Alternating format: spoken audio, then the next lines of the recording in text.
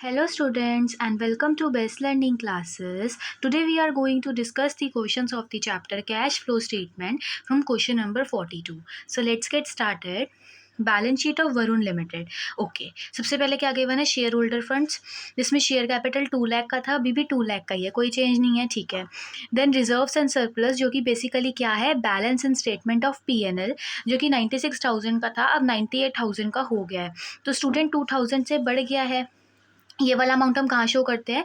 Operating activities में। Actually students, ये video मैं पहले ही आप लोगों के लिए बना चुकी थी, बट कुछ टेक्निकल इशू की वजह से वो डिलीट हो गई है, तो इसीलिए मैं अभी दोबारा बना रही हूँ। तो नॉन करंट लाइबिलिटीज़ में लॉन्ग टर्म बोरोविंग्स हैं, जो कि 90,000 की थी, 60,000 की थी, अब 90,000 की हो गई हैं। तो हम इसको कब देखेंगे? हम इसको नोट्स टू अकाउंट में अभी देखेंगे। देन करंट लाइबिलिटीज़ में ट्रेड पेबल्स थे, जो कि 72,000 के थे, अब 82,000 के हो गए हैं। करंट लाइबिलिटीज़ बढ़ी हैं, तो ऑपरेटिंग में जाके प्लस हो जाएंगी। देन एसेट्स में देखें, एसेट्स में नॉन करंट एसेट्स में, फिक्स्ड एसेट्स में, टैंजिबल में, ये भी हमें नोट्स टू अकाउंट में गिवन है, हम इसको वहीं पे देखेंगे। देन करंट एसेट्स में इन्वेंट्रीज गिवन है, तो 50,000 की थी, 44,000 की है, कम हो गई हैं। तो अगर ये कम हो गई हैं तो इट मीन से प्लस हो जाएंगी। ट्रेड रिसीवेबल 70,000 के थे, 76,800 के हो गए हैं, बढ़ गए हैं, ये माइनस हो जाएंगे।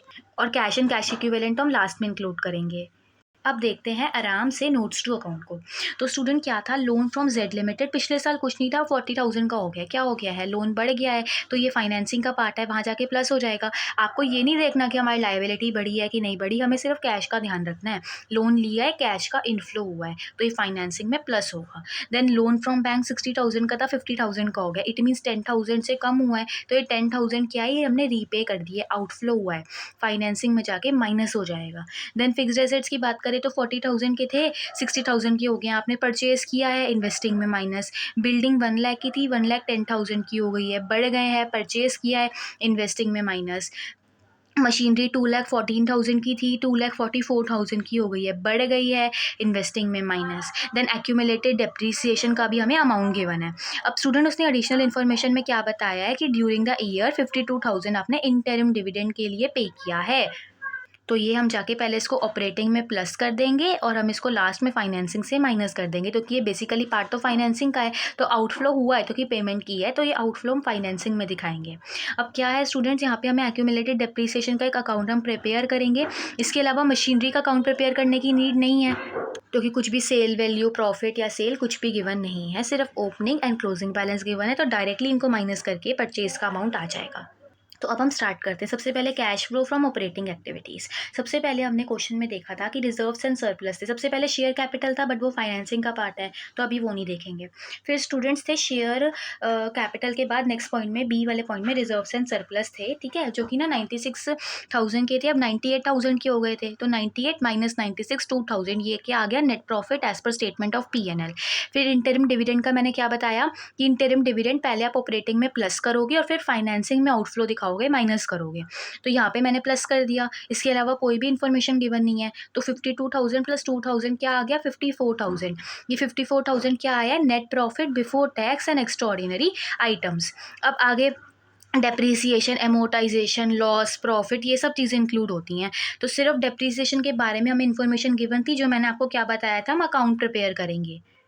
तो वही होगा स्टूडेंट, हम यहाँ पे प्रोविजन फॉर डेप्रिसिएशन का अकाउंट प्रिपेयर करेंगे, जो कि एक लाइबिलिटी होती है, तो इसका ओपनिंग बैलेंस क्रेडिट साइड पे आएगा।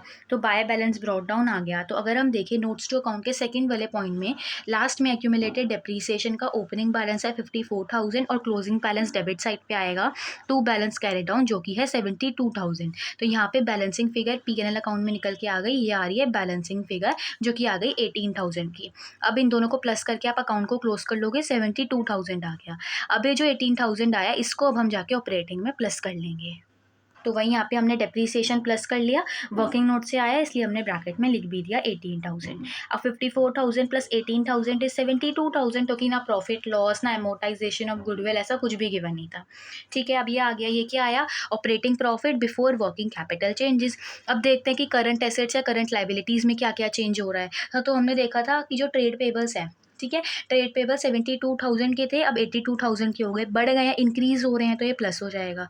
इन्वेंट्रीज क्या हो रही हैं, कम हो रही हैं, तो ये भी प्लस हो जाएगा। 44,000 की हो गई हैं, 50,000 की थी इसलिए। अच्छा, फिर इन दोनों को प्लस करके क्या आ गया आप लोगों के पास, इन तीनों को प्लस करके 88,000 का अमाउंट आ गया। ठीक है, इसके बाद ट्रेड रिसीवेबल बढ़ रहे थे, करंट एसेट्स बढ़ते हैं तो वो माइनस हो जाते हैं। देखिए 70,000 के थे ना, 76,800 के हो गए हैं, बढ़ गए हैं 6800 से, तो ये अमाउंट माइनस हो जाएगा। 88,000 में से जब आप 6800 को लेस करोगे तो 81,200 का अमाउंट आपके पास आ जाएगा। ये 81,200 क्या आया है, कैश जनरेटेड फ्रॉम ऑपरेशंस, इतना हो गया। अगर अब कुछ टैक्स पेड ऐसी कोई इन्फॉर्मेशन गिवन है तो वो हम माइनस करते हैं, तो मैंने आपको लिख के दिखाया है लेस टैक्स पेड, जो कि कुछ भी नहीं है। तो इसीलिए directly cash flow from operating activities 81,200 का अमाउंट आपके पास निकल के यहाँ पे आ गया है। अब आगे बात करेंगे cash flow from investing activities की। इन्वेस्टिंग में तो एसेट से रिलेटेड देखो, अब तो आपको वहाँ पे अगर हम देखें फिक्स्ड एसेट से नोट्स टू अकाउंट के सेकंड वाले पॉइंट में, तो लैंड था, ठीक है, जो कि ना 40,000 का था, अब 60,000 का हो गया, बढ़ गया है, तो हमने लैंड परचेज करा है, आउटफ्लो हुआ है तो माइनस हो जाएगा 20,000। देन बिल्डिंग भी आपने परचेज करी है, ठीक है ना, 1 लाख की थी, 1,10,000 की हो गई है, 10,000 की परचेज करी है, कैश का आउटफ्लो हुआ है, माइनस करोगे। मशीनरी थी 2,14,000 की थी, 2,44,000 की हो गई है, बढ़ गई है, हमने परचेज करी है, कैश का आउटफ्लो हुआ है, 30,000 आप माइनस कर दोगे। इन तीनों को प्लस करके 60,000 का अमाउंट आ गया, जो कि नेगेटिव आ रहा है, इसीलिए net cash used in investing activities आप लिखेंगे। अब नेक्स्ट आता है cash flow from financing activity. सबसे पहले हमने क्या देखा, हम देखेंगे नोट्स टू अकाउंट के फर्स्ट वाले पॉइंट में, लॉन्ग टर्म बोरोविंग्स वाले पॉइंट में, जिसमें कुछ भी नहीं था पहले, लोन अब 40,000 का हो गया था, इट मीन्स आपने लोन ले लिया है, कैश का इनफ्लो हुआ है तो आप प्लस कर दोगे। सेकेंड वाले पॉइंट में हमने देखा था लोन फ्रॉम बैंक 60,000 का था, अब 50,000 का हो गया, स्टूडेंट्स कम हो गया, इट मीन्स रीपे कर दिया 10,000 से, कैश का आउटफ्लो हुआ होगा तो ये अमाउंट माइनस हो जाएगा। देन इंटरिम डिविडेंड का मैंने बताया था कि पहले ऑपरेटिंग में प्लस करोगे और फिर फाइनेंसिंग में माइनस करोगे, तो इंटरिम डिविडेंड हमने यहाँ पे माइनस कर दिया 52,000 के अमाउंट से, जो कि हमें एडिशनल इन्फॉर्मेशन में गिवन था। इसको सॉल्व करके 22,000 का अमाउंट आ रहा है, जो कि नेगेटिव आ रहा है, इसलिए cash used in financing activities आ जाएगा। नेक्स्ट स्टेप में हम क्या करते हैं, देखते हैं कि इंक्रीज या डिक्रीज क्या हो रहा है कैश एंड कैश इक्विवेलेंट में। तो 81,200 ऑपरेटिंग में आया, फिर 60,000 नेगेटिव आया इन्वेस्टिंग में, और फिर 22,000 नेगेटिव आया फाइनेंसिंग में। सॉल्व करके 800 का अमाउंट भी नेगेटिव ही आ रहा है, इट मीन्स ये नेट डिक्रीज हुआ है, 800 आ गया। अब क्या करेंगे, इसमें ओपनिंग वाला अमाउंट आप प्लस करोगे जो कि 8,000 का है, बट यहाँ प्लस माइनस क्या हो जाएगा, माइनस। तो 8,000 में से 800 जब माइनस करेंगे तो 7,200 का अमाउंट आ गया, है ना। और यही है closing cash and cash equivalent, it means हमने बिल्कुल सही किया है। अब students next question, question number 43। Share capital 22 lakh का था, 24 लाख का है, बढ़ गया है तो फाइनेंसिंग में चला जाएगा, प्लस हो जाएगा। रिजर्व्स एंड सरप्लस 4 लाख के थे, अब 6 लाख के हो गए हैं, बट हम इसको नोट्स टू अकाउंट में देखेंगे, ठीक है। तो नॉन करंट लाइबिलिटीज 3,40,000 की थी, 4,80,000 की हैं। स्टूडेंट्स क्या हो रही हैं, बढ़ रही हैं, तो आपने कहीं से बोरो किया होगा तो कैश का इनफ्लो हो गया होगा, तो फाइनेंसिंग में प्लस कर दोगे। देन करंट लाइबिलिटीज़ की बात करें तो ट्रेड पेबल्स 4,08,000 के थे, 3,58,000 के हो गए हैं, स्टूडेंट्स कम हो गए हैं, ट्रेड पेबल्स कम होंगे तो उसको हम माइनस करेंगे। Then short term provisions against 1,54,000 के थे, 1 लाख की हो गए हैं, क्या हो रहे हैं, कम हो रहे हैं, करंट लाइबिलिटीज़ कम होंगी तो वो दोनों चीज़ें जो है वो माइनस होंगी। अब आगे एसेट्स पे बढ़ते हैं, तो फिक्स्ड एसेट्स की सबसे पहले अगर हम बात करें तो फिक्स्ड एसेट्स 17 लाख के थे, 2140 के हुए हैं, तो हम इसको देखेंगे 2 वाले पॉइंट में कि क्या परचेज हुआ है, कुछ डेप्रिसिएशन लगी है या कुछ सेल हुआ है, अगर कुछ गिवन होगा तो, ठीक है। देन इंटेंजिबल एसेट भी हम नोट्स टू अकाउंट में देखेंगे, क्योंकि वैसे हम इंटेंजिबल एसेट्स को गुडविल मानते हैं और यहाँ पे तो कम ही हो रहा है, इट मीन्स एमोटाइज हो सकती है गुडविल, बट हम देखेंगे नोट्स टू अकाउंट में। अच्छा, अब करंट एसेट्स को ध्यान रखना है कि ये कैश के इक्विवेलेंट होता है, तो इसको हम लास्ट में इंक्लूड करेंगे, गलती से भी करंट एसेट्स में इसको इंक्लूड मत करना। इन्वेंट्रीज 2,42,000 की थी, 2,58,000 की हो गई हैं, बढ़ गई हैं, माइनस करोगे। ट्रेड रिसीवेबल 2,86,000 के थे, 3,40,000 के हो गए हैं, बढ़ गए हैं, माइनस करोगे। कैश एंड कैश इक्विवेलेंट तो लास्ट में इंक्लूड करेंगे। तो अब लास्ट में आप क्या क्या इंक्लूड करने वाले हो, 7,50,000 के ओपनिंग में 3 लाख प्लस करोगे, 6,40,000 के क्लोजिंग में 4,80,000 क्लोजिंग करंट इन्वेस्टमेंट्स का भी इंक्लूड करोगे। अब देखेंगे स्टूडेंट्स हम नोट्स टू अकाउंट को, तो रिजर्व एंड सरप्लस का उसने क्या बताया हुआ है, 4 लाख का 6 लाख का हुआ है, तो ये सरप्लस है, इसको हम ऑपरेटिंग में इंक्लूड कर लेंगे, ठीक है ना। अब मशीनरी क्या थी, 20 लाख की थी, 2540 की हो गई है, बढ़ गई है, इट मीन्स आपने परचेज किया है, ठीक है, ठीक है। तो हम सिंपली अभी अभी तक तो यही है कि कोई अकाउंट प्रिपेयर नहीं करना, डायरेक्टली माइनस करके परचेज का अमाउंट आ जाएगा और इन्वेस्टिंग में माइनस कर देंगे। एक्यूमुलेटेड डेप्रिसिएशन का अकाउंट प्रिपेयर करेंगे तो कि opening and closing balance given है। इंटेंजिबल एसेट्स ही है, ये गुडविल ही है, तो इट मीन्स गुडविल एमोटाइज हुई है इसको भी जाके ऑपरेटिंग में इंक्लूड कर लेंगे। अब आगे बढ़ते हैं। उसने हमें काफ़ी चीज़ें बता दी स्टूडेंट्स। उसने बोला कि एक मशीनरी थी 48,000 की, जिस पे डेप्रिसिएशन 32,000 का लगा था, उसको आपने 12,000 में बेचा है। 48,000 की थी, उस पर 32,000 का डेप्रिसिएशन लगा, तो कितने की बची? 16,000 की। बेचा उसने आपको, आपने उसको किस पे? 12,000 पे। कम पे बेचा है, कितने कम पे बेचा है? 4,000। तो ये लॉस हुआ है। यही देखा ना, देखिए 48,000 की मशीनरी थी, ठीक है, आपने उस पे डेप्रिसिएशन लगाया तो उसकी इतनी वैल्यू बची। अगर ज़्यादा पे बेचते तो प्रॉफिट हो जाता, बट आपने कम पे बेचा है, कितने कम पे बेचा है? 4,000। तो ये लॉस हो गया है, यही उसने हमें बताया। अब देखते हैं, देखिए सबसे पहले हम cash flow from operating activities निकालेंगे। तो सबसे पहले profit as per statement of P&L, तो वो मैंने क्या बताया, हमने नोट्स टू अकाउंट में देखा 6 लाख माइनस 4 लाख करेंगे 2 लाख का आ गया। तो ये प्रॉफिट बिफोर टैक्स आ गया डायरेक्टली, ठीक है। पिछले क्वेश्चन में तो इंटरिम डिविडेंड था, इस क्वेश्चन में ऐसा कुछ भी नहीं है। देन गुडविल एमोटाइज थी 2,24,000 में से 80,000 माइनस किया तो 1,44,000 की आ गई। डेप्रिसिएशन हमें वर्किंग नोट में निकालना है। अब हमें दोनों अकाउंट प्रिपेयर करने पड़ेंगे, क्योंकि लॉस का या प्रॉफिट का अमाउंट होता है या फिर जो ये डेप्रिसिएशन का अमाउंट होता है, ये दोनों जाके यूज़ होंगे ना उसमें ऑपरेटिंग में। तो अब वही वाला स्टेप हम कर रहे हैं, तो हम दोनों अकाउंट प्रिपेयर कर लेते हैं। मशीनरी एक एसेट है, तो ओपनिंग बैलेंस इसका डेबिट साइड पे आएगा, to balance brought down 20 lakh, और क्लोजिंग बैलेंस क्रेडिट साइड पे आएगा, by balance carried down 25,40,000। Depreciation लगी है, कम हो गया होगा, तो आप क्या लिखोगे क्रेडिट साइड पे? कितने का लिखेंगे? 32,000 का, जो कि हमें गिवन है। फिर सेल हमने कितने की करी है? 12,000 की करी है। लॉस हमने निकाल लिया 4,000 का है। कई बार ऐसा ही होता है, कई बार वो बता देगा लॉस इतना है, सेल वैल्यू खुद निकालनी होगी। कई बार सेल वैल्यू बताई होगी तो लॉस खुद निकालना होगा या प्रॉफिट खुद निकालना होगा। देन अभी ये सब चीज़ें हम जब हमने डाल दी, तो अब हमारे पास यहाँ पे बैंक में परचेज में बैलेंसिंग फिगर आ गई 5,88,000 की। इसको अब हम जाके, ये वाला इन्वेस्टिंग में माइनस हो जाएगा, ठीक है, ये वाला अमाउंट जाके ऑपरेटिंग में प्लस हो जाएगा, और ये वाला अमाउंट भी जाके ऑपरेटिंग में प्लस हो जाएगा, और ये वाला अमाउंट जाके इन्वेस्टिंग में प्लस हो जाएगा, राइट।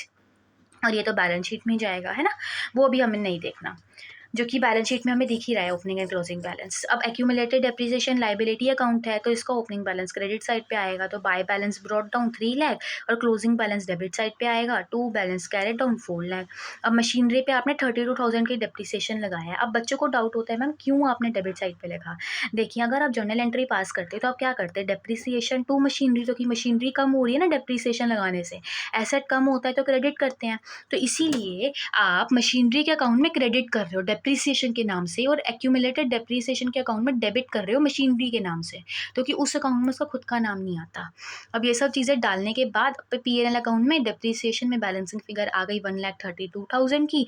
ये वाला जाके अब हम ऑपरेटिंग में प्लस कर देंगे। तो यही हमने किया, यहाँ पे 1,32,000 प्लस कर दिया, लॉस हमने 4,000 का निकाला, वो भी प्लस कर दिया। इन तीनों को प्लस करके ये अमाउंट आया 2,80,000। 2 लाख में 2,80,000 प्लस किया तो 4,80,000 का अमाउंट आ गया। ये 4,80,000 क्या है? Operating profit before working capital changes. अब देखते हैं कि करंट एसेट्स या करंट लाइबिलिटीज़ में क्या क्या चेंज हो रहा है। तो इन्वेंट्रीज बढ़ रही थी तो माइनस हो जाएंगी, ट्रेड रिसीवेबल भी बढ़ रहे थे तो माइनस हो जाएंगे, ट्रेड पेबल कम हो रहे थे तो माइनस हो जाएगा, शॉर्ट टर्म प्रोविजन भी कम हो रहा था तो ये भी माइनस हो जाएगा, क्योंकि करंट एसेट्स बढ़ता है तो माइनस होता है, और करंट लाइबिलिटीज़ कम होती हैं तो वो भी माइनस होती हैं। इन सबको प्लस करके आ गया 1,74,000। 4,80,000 में से 1,74,000 माइनस करोगे तो 3,06,000 का अमाउंट आ जाएगा। ये 3,06,000 क्या आया? Net cash generated from operating activities. अब बस ये तो हमारा ख़त्म हो गया, क्योंकि टैक्स पेड या कुछ भी ऐसा कुछ भी गिवन नहीं था स्टूडेंट्स। तो ये हमारा पॉजिटिव आंसर आ रहा था, इसलिए हमने फ्रॉम लिखा है। नेगेटिव आता है तो हम यूज्ड लिख देते हैं। अब बात आती है इन्वेस्टिंग की। इन्वेस्टिंग में दो ही चीज़ें हमने देखी, सेल ऑफ मशीनरी की उसने 12,000 की वैल्यू बताई हुई थी, और परचेज हमने खुद वर्किंग नोट में निकाला था, जो कि 5,88,000 का आ रहा था। प्लस माइनस माइनस होता है। 5,88,000 में से जब आप 12,000 को माइनस करोगे तो आपके पास 5,76,000 का अमाउंट आ रहा है, जो कि नेगेटिव आ रहा है, इसीलिए net cash used in investing activities आ जाएगा। अब जो लास्ट चीज़ है वो है कैश फ्लो फ्रॉम फाइनेंसिंग। अब फाइनेंसिंग में सबसे पहले हमने क्या देखा, शेयर कैपिटल था ना 22 लाख का था, 24 लाख का हो गया है, तो 2 लाख से बढ़ गया तो ये यहाँ पे प्लस हो गया। देन लॉन्ग टर्म बोरोइंग्स भी ठीक है बढ़ गई हैं, तो ये भी प्लस हो जाएगा, क्योंकि स्टूडेंट आपको ये नहीं देखना कि लाइबिलिटी कम हो रही है बढ़ रही है, हमें देखना है कैश। कैश क्या हो जाएगा? बोरो करने से बढ़ गया होगा ना, तो आप प्लस करोगे, इन दोनों को प्लस करके ये अमाउंट आ गया, सिंपली फ्रॉम फाइनेंसिंग एक्टिविटीज़ आ गया, और कुछ है ही नहीं ना, क्वेश्चन में गिवन ही नहीं है। ठीक है, अब हम क्या करेंगे, देखेंगे कि नेट इंक्रीज़ हो रहा है या डिक्रीज़ हो रहा है, आप वो चीज़ देखोगे। तो अब देखें तो 3,06,000 ऑपरेटिंग में आ रहा था, फिर माइनस में इन्वेस्टिंग का आया और फिर प्लस में फाइनेंसिंग का आया, तो 72,000 का अमाउंट आ रहा है। इसमें ओपनिंग वाला प्लस करेंगे, फिर देखते हैं कि क्लोजिंग के इक्वल आता है या नहीं आता। तो अब आप ध्यान से देखिए, मैंने यहाँ पे कैश एंड कैश इक्विवेलेंट के ओपनिंग बैलेंस के साथ साथ करंट इन्वेस्टमेंट्स का भी ओपनिंग बैलेंस इंक्लूड किया है। तो कि मार्केटेबल सिक्योरिटीज़ हों या फिर ये करंट इन्वेस्टमेंट्स, इन दोनों को कैश एंड कैश इक्विवेलेंट के इक्वल ही माना जाता है। तो इसलिए मैंने कैश एंड कैश साथ साथ करंट इन्वेस्टमेंट्स दोनों का ओपनिंग बैलेंस लेके प्लस किया, यहाँ लिखा। फिर इन दोनों को प्लस किया तो ये अमाउंट आया। अब देखते हैं कि ये क्लोजिंग के इक्वल आता है या नहीं आता। तो अगेन मैंने यहाँ कैश एंड कैश इक्विवेलेंट का ओपनिंग बैलेंस लिखा है और साथ ही साथ मैंने करंट इन्वेस्टमेंट्स का भी क्लोजिंग बैलेंस लिखा है, दोनों का क्लोजिंग बैलेंस लिखा है। तो तब अब आपका ये बैलेंस मैच हो जाएगा। बट स्टूडेंट्स, अगर अब आप फिर नहीं इंक्लूड करेंगे ना कैश एंड कैश इक्विवेलेंट में करंट इन्वेस्टमेंट, तो आंसर नहीं आएगा। पूरा क्वेश्चन सही होने के बावजूद आपका लास्ट का आंसर रॉन्ग हो जाएगा और आपका कॉन्फिडेंस भी लो हो जाएगा एग्जाम में। तो ध्यान रखना है ना कुछ चीज़ों का। तो so that's it for this video students. I hope आपको ये क्वेश्चन समझ में आए हों, और अगर आपको कोई भी दिक्कत होती है ना तो आप वीडियो दोबारा देखिए, क्योंकि मैंने एक एक चीज़ बहुत तरीके से बताई है। बाकी कोई भी फिर भी डाउट होता है तो आप मेरे से कमेंट सेक्शन में पूछिए। तो अगर आपको ये वीडियो अच्छी लगी हो तो वीडियो को लाइक करना, शेयर करना, चैनल को सब्सक्राइब करना।